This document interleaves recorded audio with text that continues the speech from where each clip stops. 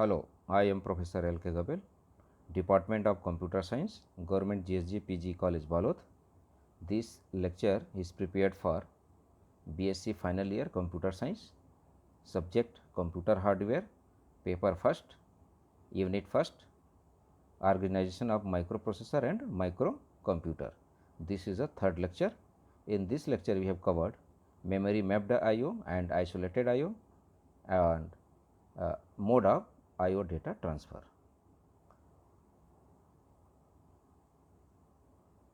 तो हम देखते हैं memory mapped I/O and isolated I/O का मतलब क्या होता है।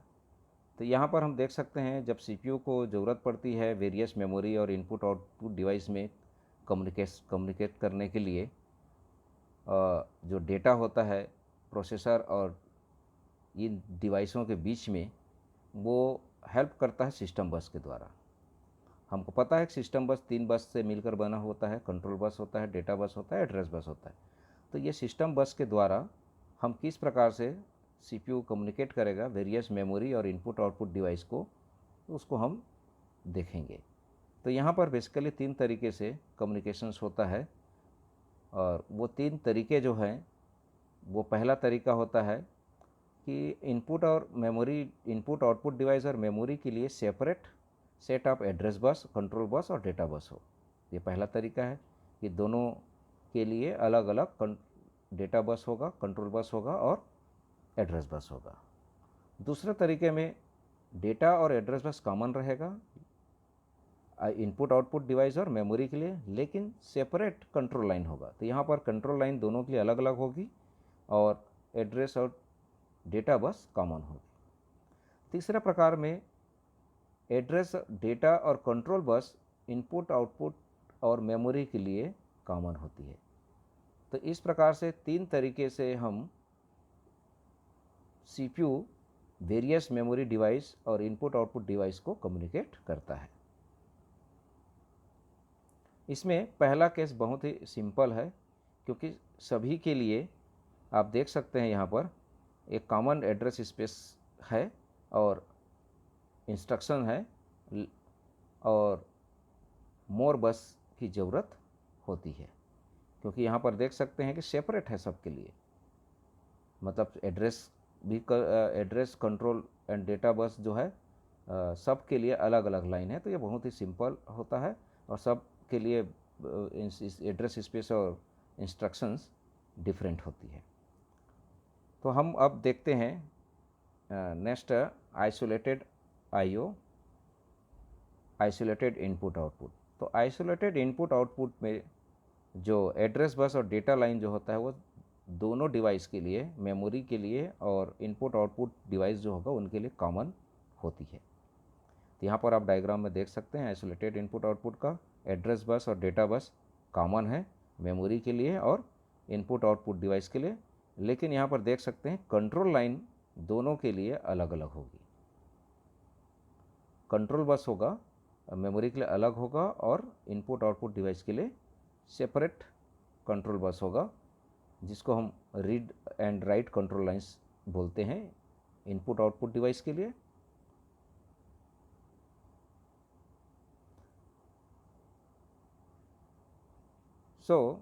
CPU डिकोड करता है इंस्ट्रक्शंस को। उसके बाद यदि डेटा इनपुट आउटपुट डिवाइस के पास जा रहा है तो एड्रेस को एड्रेस लाइन में प्लेस करता है। उसके बाद set up input output device के लिए रीड या राइट कंट्रोल लाइंस जनरेट करता है कि किस प्रकार से डेटा CPU और I/O में ट्रांसफ़र होगा। मतलब यह है कि यदि हमको रीड ऑपरेशन करना है तो CPU read I/O input device से CPU के पास जाएगा, राइट ऑपरेशन करना है तो CPU से डेटा जो होगा वो आउटपुट डिवाइस में जाएगा। तो इस प्रकार से कंट्रोल लाइंस में पता चलता है कि कंट्रोल लाइंस जो होगा कि कौन सा ऑपरेशंस करना चाह रहा है, कि रीड ऑपरेशंस करना चाह रहा है या राइट ऑपरेशंस करना चाह रहा है इनपुट आउटपुट के केस में। और मेमोरी के केस में भी इनपुट और आउटपुट जो मेमोरी में रीड और राइट सिग्नल जो होगा वो कंट्रोल लाइन के द्वारा ही मेमोरी को दिया जाएगा, ताकि मेमोरी में भी हम लिखने का काम और मेमोरी से जो भी डेटा है उसको पढ़ने का काम कर सकते हैं। तो यहाँ पर आप देख सकते हैं जो एड्रेस स्पेस है मेमोरी और इनपुट आउटपुट डिवाइस का वो आइसोलेटेड है, और इसीलिए हम यहाँ पर उसको isolated input output that mode बोलते हैं इसको, जो input output isolated input output method है, क्योंकि यहाँ पर एड्रेस स्पेस जो है वो मेमोरी के लिए और इनपुट आउटपुट के लिए अलग अलग है, सेपरेट है।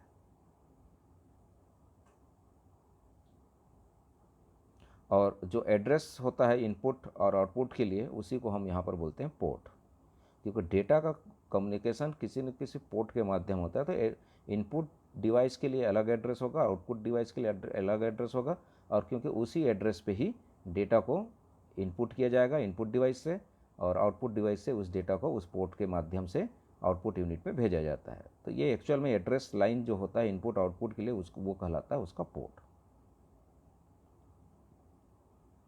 और उसका जो इंस्ट्रक्शंस होता है रीड और राइट इंस्ट्रक्शन इनपुट यूनिट के लिए और मेमोरी के लिए सेपरेट होता है, ये डिफरेंट होता है। यदि हम बात करें रीड ऑपरेशन मेमोरी की बात करते हैं, राइट ऑपरेशन तो वो अलग हो जाएगा, और इनपुट आउटपुट डिवाइस की यदि हम बात करते हैं रीड ऑपरेशन और राइट ऑपरेशन की, तो वो डिफरेंट इंस्ट्रक्शंस होगी इनपुट और आउटपुट यूनिट के लिए। नेक्स्ट हम देखते हैं मेमोरी मैप्ड आईओ। तो मेमोरी मैप्ड आईओ का मतलब होता है, आप यहाँ पर डायग्राम में आप देख सकते हैं, यहाँ पर कॉमन जितने भी बस हैं वो कॉमन बस होते हैं किसके लिए, मेमोरी और इनपुट आउटपुट डिवाइस के लिए। तो यहाँ पर देख रहे हो मेमोरी और इनपुट और आउटपुट डिवाइस एक साथ में है, और एड्रेस बस भी है, डेटा बस भी है और कंट्रोल बस भी। मतलब यहाँ पर ये तीनों बस कॉमन होंगे मेमोरी के लिए और इनपुट और आउटपुट डिवाइस के लिए, इसीलिए हम इसको बोलते हैं memory mapped input output device.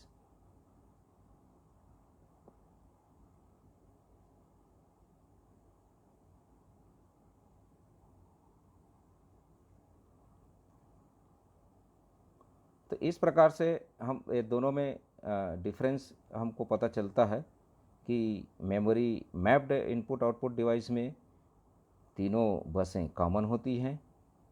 Control bus के द्वारा ही ये पता चलता है कि जब मेमोरी में इंफॉर्मेशन जाना है कि इनपुट और आउटपुट में इंफॉर्मेशन लेना है, तो कंट्रोल सिग्नल के द्वारा ही इंडिकेट करता है कि वो किस प्रकार से मेमोरी का यूज़ कर रहा है और कब इनपुट आउटपुट डिवाइस को यूज़ कर रहा है। जब मेमोरी में डेटा जाना है तो कंट्रोल सिग्नल मेमोरी के लिए एड्रेस और बस जनरेट करेगा, जब इनपुट आउटपुट मतलब पोर्ट में यदि हमको जाना है तो उसके लिए वो पोर्ट एड्रेस जनरेट करेगा। कंट्रोल बस के द्वारा ही डिसाइड होगा कि कौन सा ऑपरेशन मेमोरी के द्वारा किया जा रहा है और कौन सा ऑपरेशन इनपुट आउटपुट डिवाइस के लिए किया जा रहा है। तो इस प्रकार से हम अब दोनों का डिफरेंस देख लेते हैं कि एक्चुअल में क्या डिफरेंस है। तो ये डिफरेंस हम देखते हैं। देखिए आइसोलेटेड आईओ और मेमोरी मैप्ड आईओ में डिफरेंस, पहला डिफरेंस ये है memory and IO have a separate address space, जबकि मेमोरी मैप्ड में एड्रेस स्पेस कॉमन होती है, सेम एड्रेस स्पेस होती है। दूसरा डिफरेंस है all address can be used by the memory, जो सभी एड्रेस है वो मेमोरी यूज़ करता है, जबकि मेमोरी आईओ मैप्ड में due to addition of IO addressable memory become less memory. तो यहाँ पर आपको क्योंकि एक ही लोकेशंस की ज़रूरत पड़ती है तो इसलिए यहाँ पर लेस मेमोरी की ज़रूरत होती है। तीसरा यदि हम बात करें separate instructions control read and write operation IO और मेमोरी के लिए होता है। तो रीड राइट ऑपरेशंस यहाँ पर आइसोलेटेड में मेमोरी के लिए अलग होता है और इनपुट आउटपुट डिवाइस के लिए अलग होता है, जबकि मेमोरी मैप्ड में same instructions can control both IO and memory. तो एक ही इंस्ट्रक्शन दोनों के लिए यूज़ किया जाता है मेमोरी मैप्ड में।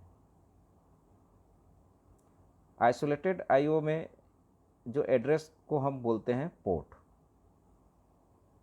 और जबकि मेमोरी मैप्ड में normal memory address are for both. तो यहाँ पर क्योंकि सेपरेट है यहाँ पर, इसलिए इसको हम पोर्ट बोलते हैं कि अलग अलग लाइन से कनेक्टेड होता है, तो सेपरेट हो गया, पोर्ट कहलाता है। जबकि यहाँ पर नॉर्मल मेमोरी को हम नॉर्मल मेमोरी ही बोलते हैं जो मेमोरी मैप्ड में। आइसोलेटेड जो होता है वो मोर एफिशिएंट होता है क्योंकि उसके पास सेपरेट बस होता है और ये कॉमन होती है, तो यह ये लेस एफिशिएंट होता है।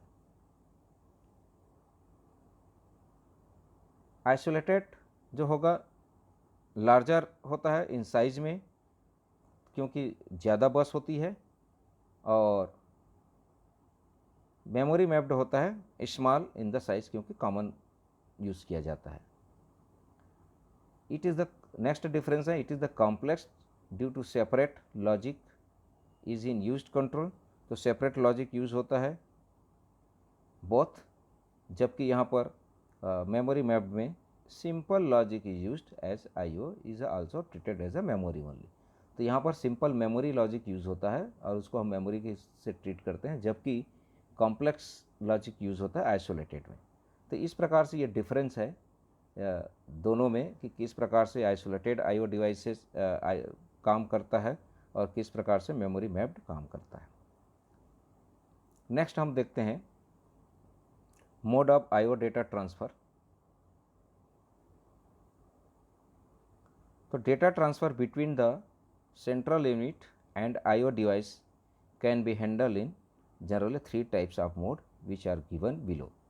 तो इनपुट आउटपुट जो सीपीयू से डेटा ट्रांसफ़र होगा वो किस प्रकार से हैंडल होता है उसको हम बोलते हैं मोड।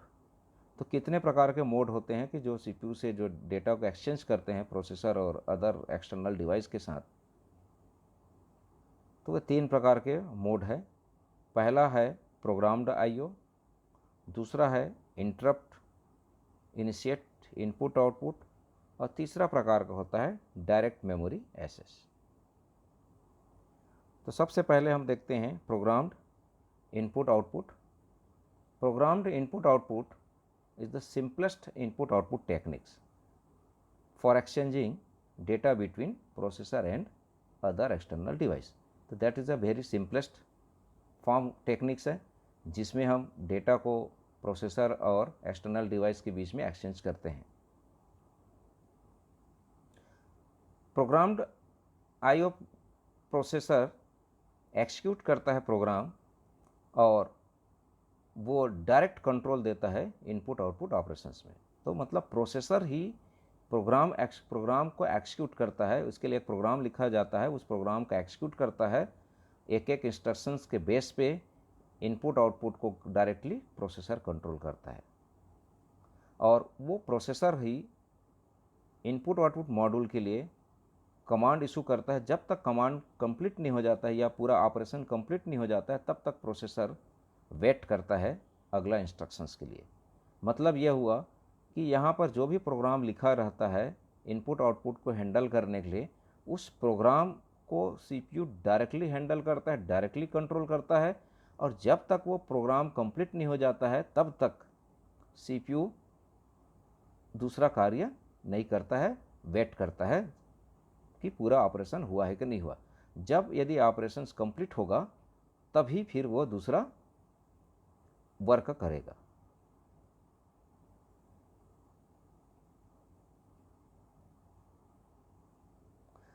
मान लीजिए यदि प्रोसेसर फास्टर है आईओ मॉड्यूल से तो प्रोसेसर का टाइम वेस्ट होता है इसमें, और इसलिए इसको हम बोलते हैं स्लो मॉड्यूल।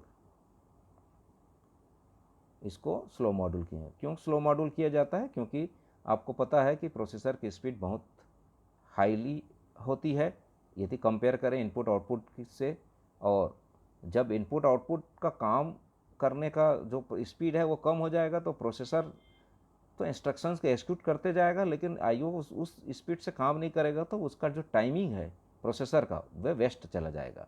यदि दोनों के स्पीड मान लो सेम है तब तो ठीक है, यदि स्पीड सेम नहीं है तो प्रोसेसर की टाइम वेस्ट हो जाता है, क्योंकि इंस्ट्रक्शन को प्रोसेसर कंट्रोल करता है, डायरेक्ट एक्सिक्यूट करता है और इनपुट आउटपुट मॉड्यूल को भेजता है। तो इसलिए ये जो प्रोग्राम्ड इनपुट आउटपुट जो मोड है उसको हम स्लो मोड कहते हैं। दूसरे प्रकार का जो है उसको हम बोलते हैं इंटरप्ट ड्रिवन इनपुट आउटपुट। तो इंटरप्ट इनपुट आउटपुट ये भी एक प्रकार का सिमिलर है, प्रोग्राम्ड इनपुट आउटपुट टेक्निक्स के अनुसार समान ही है, लेकिन यहाँ पर जो प्रोसेसर है वो आईओ ऑपरेशंस के कंप्लीट होने का वेट नहीं करता है। यह डिफरेंस है इसमें।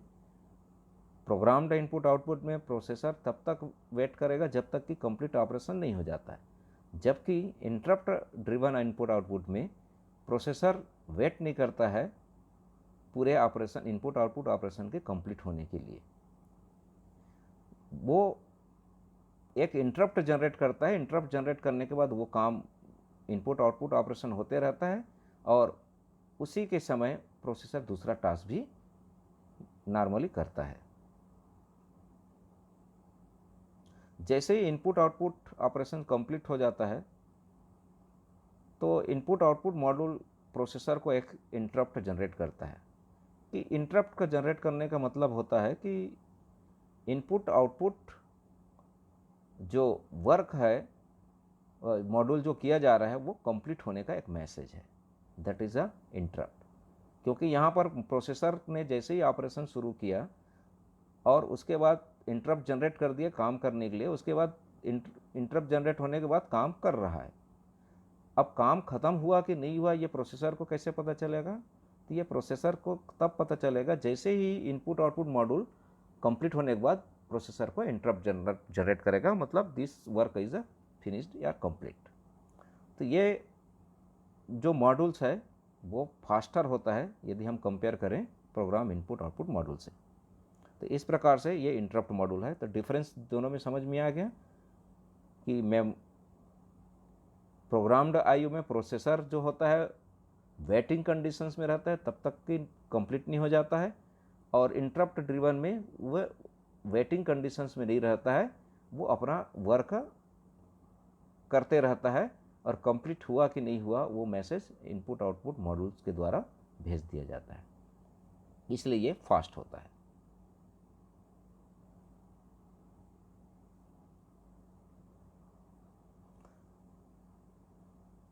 नेक्स्ट जो मॉड्यूल्स है, जो नेक्स्ट मोड जो होता है उसको हम बोलते हैं